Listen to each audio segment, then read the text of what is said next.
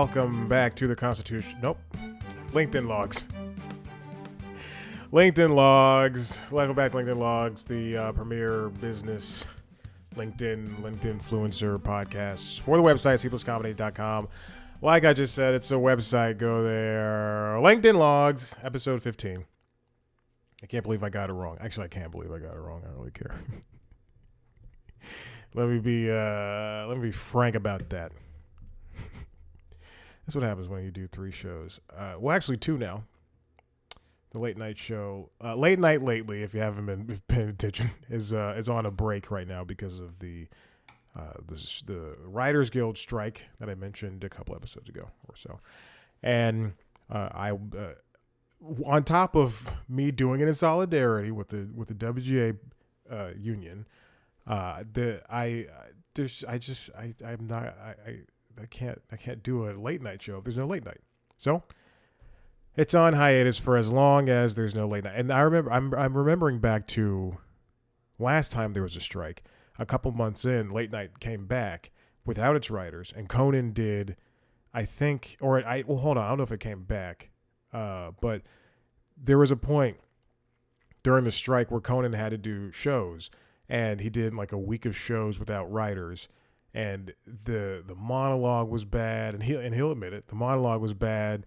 The pre-tapes were, I didn't even think they had pre-tapes, but everything was just not good. The interviews were not good because they didn't have, it's not like they use a writer for interviews, but that's usually a producer's job. But it was just not good. And the strike is going to continue as long as the studios who, again, the big 2 things, I'd say. It's usually just one thing, but I think the big 2 things are AI and streaming residuals. That's 2 of the biggest things that they're fighting for. And if you can go on and say, and be Ted Sarandos at Netflix and say, hey, we're going to be set for the rest of the year because we already have things ready to come out. And you can be kind of anti-union in that way. But when it's all said and done, there's going to have to be some sort of movement on the studio side. Because this is important. And then in a couple of months, when SAG has the opportunity to strike, then they're going to be in even more trouble. Because who's a part of SAG? Everybody. Tom Hanks. Quinta Brunson. The rest of Hollywood. All right, let's get into the show. What's been going on with me? Well, I was ghosted again by a potential employer who used to be an ex-employer of mine. I'll say it, Scripps. Very much so ghosted. There was a recruiter. I should be able to talk about this and not have any repercussions. I'm not afraid of repercussions. What are they going to do? There was a recruiter who months ago reached out in like September, and I don't know if I talked about this in the last episode, but the short of it is there was a job, and he goes and he's like, yeah, we like you for the job, and we'll get you to talk to somebody, and then we do the interview. He moves it a couple of times. He moves it like to the next week. So I get it, like, let's pretend it's like a Wednesday, and he sends me his calendarly, and I set it up for like that Thursday or Friday or something like that. And then he asked to move it to the next week. Well, originally I set it up for that day because you got time open that day, and I'm not doing anything. I'm not going to do it. And then it was later that week, and then he moved it to that next week, and then we met that next week, and he seemed excited, and I was excited. Sent the follow up, didn't hear back. Cut to, what is it, May 15th? Cut to early May 2023. And this guy, I won't say his name. I almost said his name. This guy, I won't go that far. I'll go to 8, but I won't go to 10. This guy reached out to me again. Hey, we would like you for this job. And I go, I recognize the name. I go, all right, because it's a kind of unique name. I go, okay. All right, let's see what he talked about this time. And then we have the interview, and he remembers me, and I go, yeah, I remember you too. And we're talking for a bit, and he's like, well, this is not going to pay as much as your last job, and you're gonna come to the office every day. And I go, and I hesitate in my head, but I do go, yeah, you're all right, cool, great, I'm excited, let's do this. And he goes, all right, well, I'll have you talk to somebody on this date. Oh, again, also he sent me another Calendarly, and he sent it to me, and I set it for that day. And he said, how about tomorrow? I said, great, 11 a.m. We did it. So that was a Friday, and then he was supposed to follow up the next week, which was last Monday or Tuesday, one of those days. And then I'm the one who followed up. And also inside that email, please hire me. I'm British now. And inside that email, I also sent another job I applied to at Scripps, and I said, hey, so and so. Almost said his name again. Hey, so and so. This is where this is another position that I think I'm qualified for. Would you be able to point me to the recruiter hiring for it, or just I've already applied for it, so here's the information, here's the number and everything. No response. So I was ghosted again. Oh boy, this guy. I have a feeling that in another 7 or 8 months he's gonna hit me up, and I'm gonna be like, "The hell is your problem, my guy?" That goes to all recruiters. Again, I don't like recruiters. I don't like the people. My sister's a recruiter. I like her, but I don't like recruiters, period. I've never had a good experience with recruiters. That includes the Warner Brothers recruiters. Anyway, never going to get hired anywhere.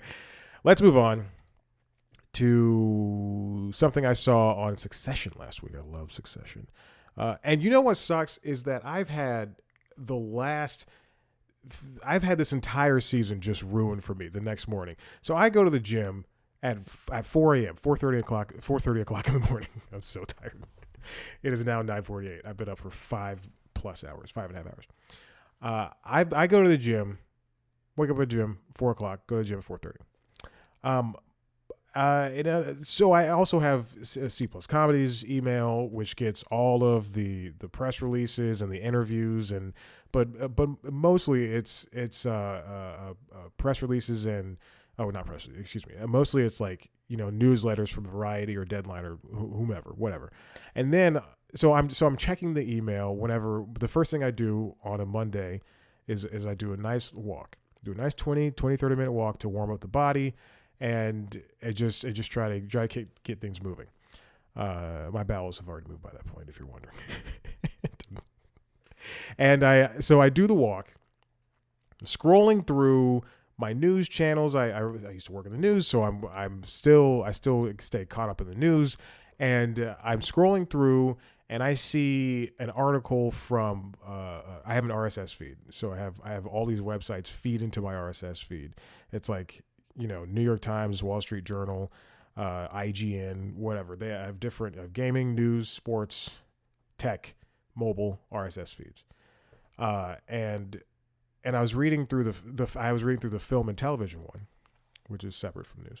And Vulture put out an article literally like an hour after this episode of Succession had aired, and it said "Rip Logan Roy, 19, whatever to 2022," and I just went, "Are you kidding?" Like, and then I so I unfollow them immediately.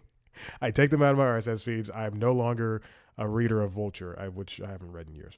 And then in the email for C+ Comedy's email, Variety, Deadline, Hollywood Reporter, The Wrap, creator Jesse Armstrong on the big twist. On that twist, X redacted character died. We need to stop doing this, especially for big shows like that. Big shows, Game of Thrones, Succession, Yellowstone. I don't want to see, and I'm not a guy who's like, oh, spoilers, they can't handle it. Don't, if there's something big like that, let's just say, hey, there's a twist in the show. That's it. Ruining entire shows for me, Vulture. So we're done. Anyway, I was watching Succession last week, and there was not a firing. What is it? What is the word I'm looking for? Greg had to lay off a bunch of people, and I thought it was a very funny clip. That was so funny because they're, oh gosh, this is an MA, this is TVMA now. I can't. This is a clean podcast. I can't put that up there. I'm not gonna blur it out. It's too much work. I'm not gonna do any editing in this. So if you're watching the video, and I urge you not to, we're now watching a clip where Greg is. It looks like I'm looking at the clip, but I'm actually looking at myself because the clip is on this side of the screen. I got a big curved monitor. The doctor says there's nothing wrong with it. Dirty jokes. And Greg is laying people off, and it is just a textbook way to say that you should, like, just a way to show that how you should not lay people off, and Greg is reading from a script, and he says something along the lines of so we're sorry that there's been some upheaval and everybody here is let go. And I'm seeing some confusion in the chat, and that is the funniest line that I've ever seen in a show. You can just see all these people in the Zoom chat. You should realize that they're fired and they're all complaining. Very funny. I just wanted to talk about that. Anyway. All right, so let's get on to this first story. This comes from Engadget, written by Chris Holt. LinkedIn is laying off 716 staff and closing its job search app in China.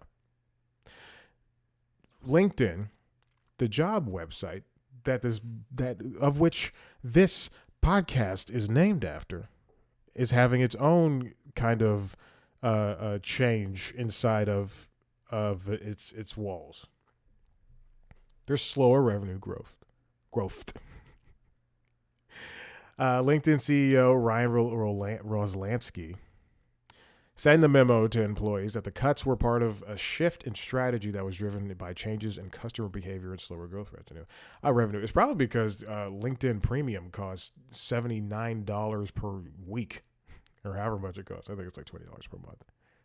$20 per month to be able to send a LinkedIn message to somebody. They shut down the 7-year-old Chinese version of the service, citing the difficulties of operating in the country. You know, China's a company too. America's a company. Japan's a company. Russia's an oligarchy. Just pulling out words from high school. LinkedIn is shifting its strategy in China toward helping companies based there recruit and train workers from other countries. It will cut its product and engineering teams in China and reduce the headcount of its local corporate sales and marketing divisions. I feel like that. There was a job board that it rolled out after it ridded itself of the Chinese version of LinkedIn. There was a job board that it started in Chinese for Chinese users called In Career. So that's what they're doing now. As New York Times notes, LinkedIn did not say how many of the layoffs will be in China. Now, around 20,000 people work at LinkedIn. So the layoffs are about 3.5%, which is not much, but at some point they're going to have to, I don't know if they have to atone for those losses, because we don't know. I didn't even know about this In Career thing. I didn't even know that the Chinese version of the app was gone. So will this really impact the main functions of the company or the money making part of the company? No, not really. But I would say if there's another set of layoffs, because LinkedIn is a tech company, and just like Meta, just like Microsoft, Apple, Google, Amazon, if there are, I think there were layoffs at Indeed as well. Let's see. But if there are, hold on. I don't know how to spell things. But if there are types of, I was correct. If there are layoffs at a company like this, at what I assume to be the leading job recruiting platform, then that's something to worry about. And the same thing happened at Indeed, in March of this year. So just a couple of weeks ago, Indeed laid off 2,200 employees, which is 15% of its total workforce. So it sounds like Indeed's a little bit bigger than LinkedIn. Although I've had more luck on LinkedIn than I've had on Indeed.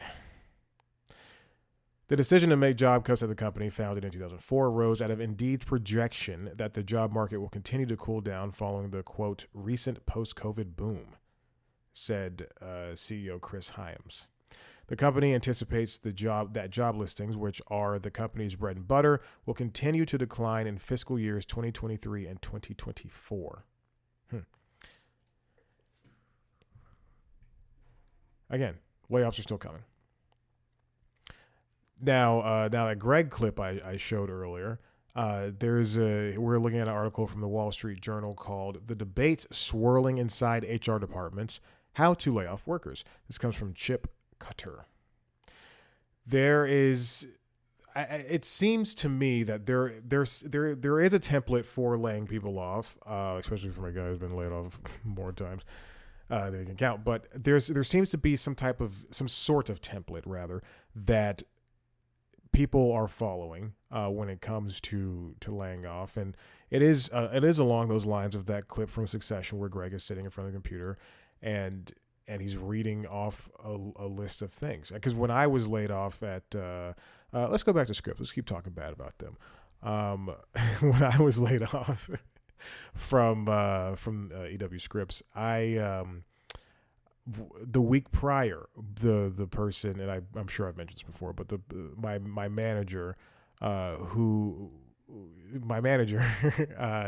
never came to the office, I'll tell you that much, since the pandemic, we'd had our the yearly thing review and all that stuff, and they were giving off raises to other people. That's a very important key element in that story. So they're giving off raises to other people, and it'd been like a year and a half or 2 years almost, and I was like, and I said specifically, hey, I'm not making as much as everybody else here, and I need money, and I would like to make more. I said it obviously in a better way. And she, this is the first time, did not look me in the eye. This is over Zoom, and I was in the office and she was not, and she's not looking me in the eye. And she said, okay, well, we'll see what we can do about that. And then we kind of like ended the meeting, whatever. And then, and I made this whole PowerPoint. I didn't show her, but I made this whole PowerPoint. I think I still have it. And it ended, at the end, it had, like it was a very serious PowerPoint. And then at the end, there was the music from Ion Springfield on The Simpsons. It's a very funny song. And I was excited to show, but I never got a chance to show her that. Anyway, so Ebony, she said her name was Ebony, and she said, I don't give a shit. We had it's a clean podcast. We had she set up a meeting. I think so. That was like a Thursday or a Friday or something like that. But we had a meeting. She set up a meeting like that following Monday for later that week. So the next Thursday or Friday, and I knew what it was as soon as I went in there. I was like, oh my gosh, I'm gonna get laid off. And we had the meeting. We get to the meeting and an HR person is there. I'm like, well, that's what's happening. And then she tells me that I'm laid off. She's looking down the entire time, and she's not making eye contact with the camera. And she was like, "Do you have any questions?" And I'm like, "Well, I don't have a friggin' job anymore." So I'm like, no, it's like, she could tell I was angry and disappointed. But it's just crazy to. Like, and then they're like, you can reach out to us at any time and blah, blah, blah. And I reached out to her, Ebony, and, and this, and the HR person, Drake, and, and I reached out to them and, like, I think like months later, like maybe 3 or 4 months later, because I was, again, even though we're in a pandemic, we'd only gotten like two of those $1,400 checks from the government or whatever, and then my unemployment was running out. So between February and, let's say May, I was like, okay, well, I need a job. And so I reached out to them, and they ignored me. They ignored my emails. They ignored 2 emails each. And which was unfortunate versus the only three people at that entire company, sent me an email like before my last days there. So that's what happens when you give everything. And Ebony and Dre are the worst people I've ever met in my life. I've met worse, but they're definitely up there. Just like Angela at the Weather Channel. Again, that's another person that I was laid off from. Okay, so there's a type of now we're at a point where a lot of people aren't coming into the office, and maybe some people are just contractors like I've been. Maybe I should bleep those names. Just sitting here thinking about it. And now the companies, they do have to do layoffs, especially for those that were on hiring sprees in the past couple of years, because like a streamer or a music provider that just saw a boom of work and people were working from home, and they said, hey, we can get people to work from home. We saw Google hire just a crap ton of people, and then they tried to move back in the office, and then they're hit left and right with things that they could have controlled if we're looking at it a different way, and then they have to lay off 10,000 people. Same thing for Meta. Same thing for Apple if they went through things like that. Some companies talk about how they're doing layoffs ahead of time. Some don't. When Salesforce co-chief executive Mark Benioff announced, he's not from the Game of Thrones, announced Wednesday that the cloud software giant, because one of the creators of the Game of Thrones, the TV show, I think is DB Benioff. I think that's what his name is. I don't really care. He announced Wednesday that the cloud software giant planned to eliminate roughly 10% of its staff. Same thing for Warner Brothers. They said they're cutting $5 billion. Same thing for Disney. They said this, they're going to cut a couple 100,000 people as well. There's some human resource teams are building spreadsheets to track how many position peers cut and how many position peers cut and what they say to employees during the reductions.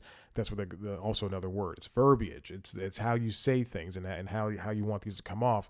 You call them reductions instead of layoffs. Meanwhile, laid off workers are comparing severance agreements and pushing back if they feel terms fall short, which has sometimes led to tense all-hands sessions. You know who I don't feel bad about? If I bleep those other names, I probably will. But you know who I don't feel bad about mentioning is the guy, Jonathan Cates, who made out like a bandit from the deal with Scripps. That guy was that bald turd. I don't like him at all. I don't like anybody who surrounded himself with. Be proud about the 200,000 viewers you got on a rerun of Rush Hour, a heavily edited movie that I had to watch. I'm never going to work for Scripps again. Smash Cut 2 next week. I get a call from recruiter so-and-so. Hey, they want to see you. Nah, you won't do that. Some companies, such as payments processor Stripe Inc., have been celebrated by employees and others how they dealt with their layoffs. Stripe cut about 14% of its workforce in November. In an email to employees, CEO Patrick Collison said he and other leaders were, quote, fully responsible for the decisions leading to the layoffs. The company said it would provide at least 14 weeks of severance pay and would accelerate or waive employees' stock vesting cliffs, which means that they could cash out their stocks and not have to wait amount of time, more or less, to sell those stocks. When I worked at Publix, when I was a bagger at Publix, one of the things was you get stock options after a certain amount of time, and I don't I think that was the same way at UPS as well when I was working there. I think I've worked, and I think also at Home Depot too. I've worked a lot of jobs, but I don't know if that is exactly something that, if it's not offered immediately, along with, I mean, benefits, I understand holding that off, but if it's not offered immediately, what do you expect to keep somebody at a company? Like if they're working at Home Depot and they're, one of the, God, I forgot what they call them, like the master people who come in and like they can help you build or whatever. I don't know. It's been so long since I've been there. But is that something that's really going to keep retention, or is it just a bonus thing that, hey, on top of debates, on top of benefits in 6 months, you're also going to get $100 in stock options or reduced payment for stocks too. Some laid off employees wrote a collective letter in December to Coursera CEO Jeff Maggioncalda and executives outlining how the workers felt Coursera's separation terms fell short compared with the layoffs at companies such as Meta Platforms, Inc. and Stripe.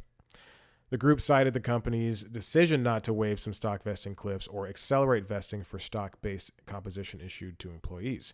The letter is signed by unnamed, quote, layoff employees. What's going on? I don't know why things happen sometimes. The company, Coursera, offered workers 4 months of pay plus more based on role or tenure, along with healthcare coverage and outplacement assistance. A number of human resources advisors say that at minimum, companies should offer laid off workers a month of severance. I did not, and I get that. I think I got like $1,000 from Scripps. Many companies are also now waiving stock vesting requirements too, though policies vary by company. Okay. And and bouncing off of people comparing their laid off severances or stock options or vesting opportunities to other companies. If it's Coursera comparing or Salesforce comparing it, or Coursera, I think it was Coursera comparing it to Meta and Stripe.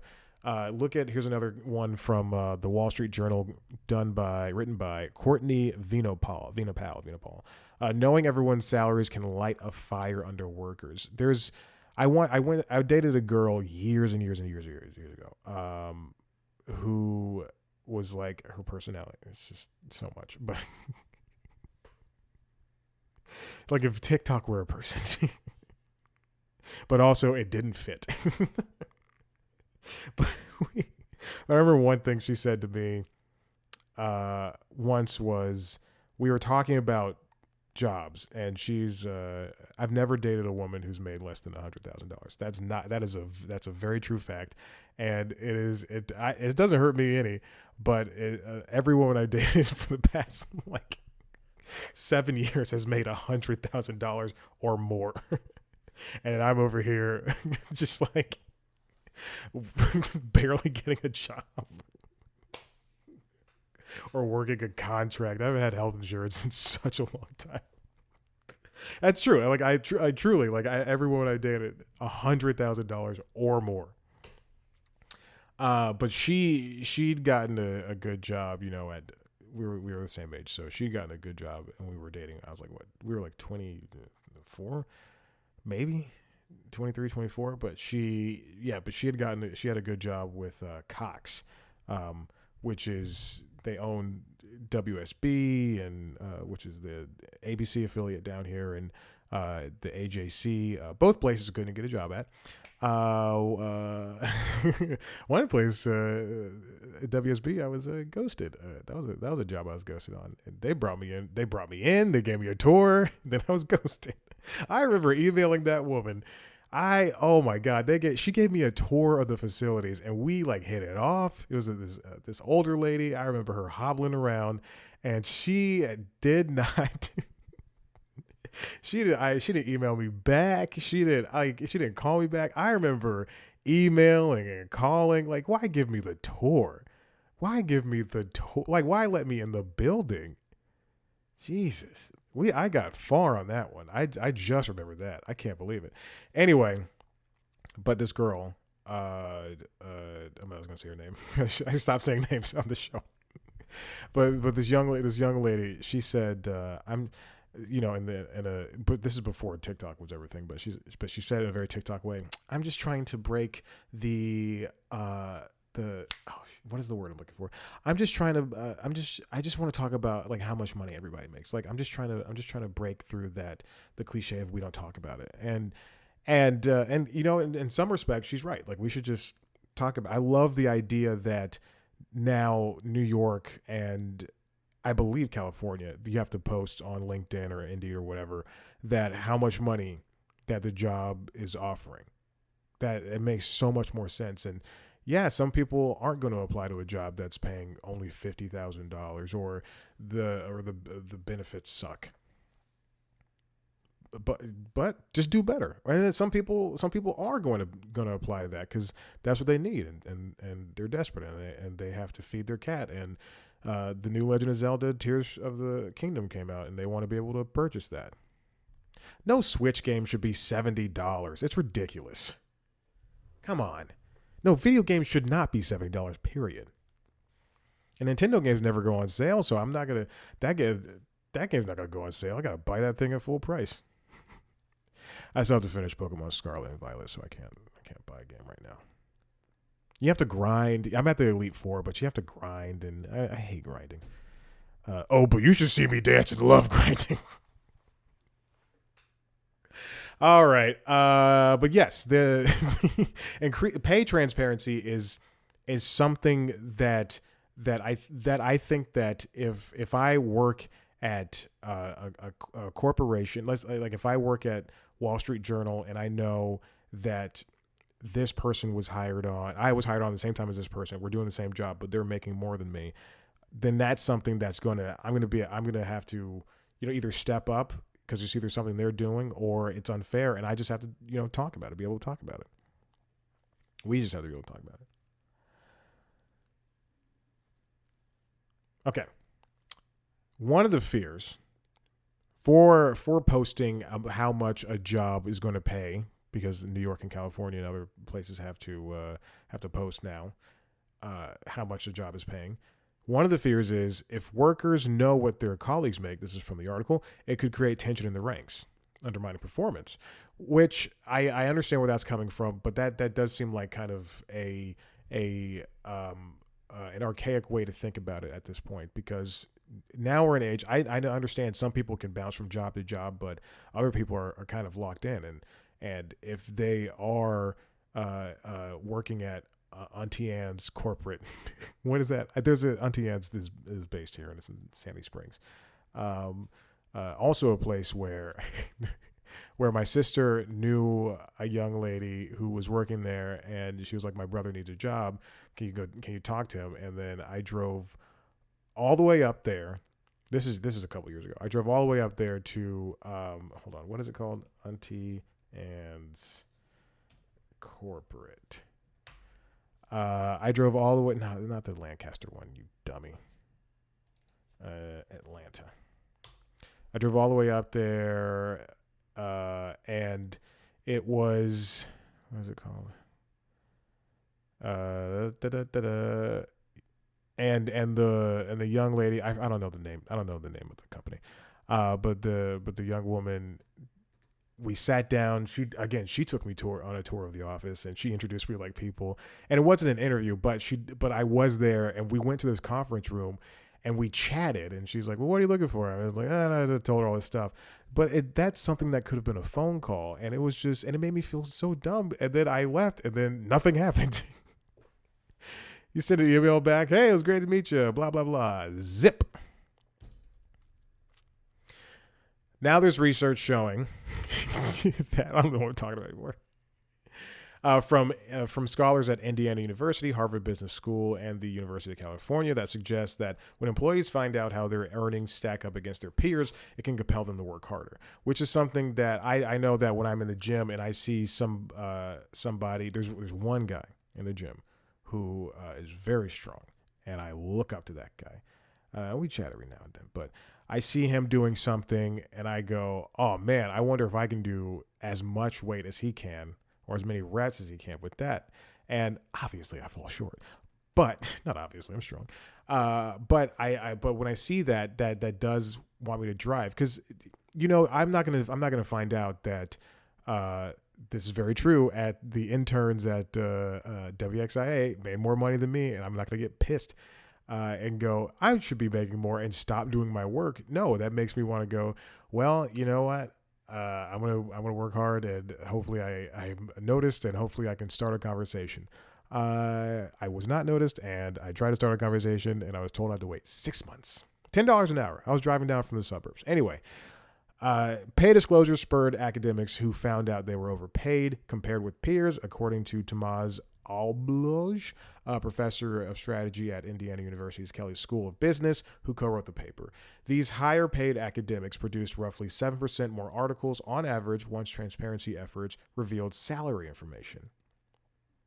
Why did it jump?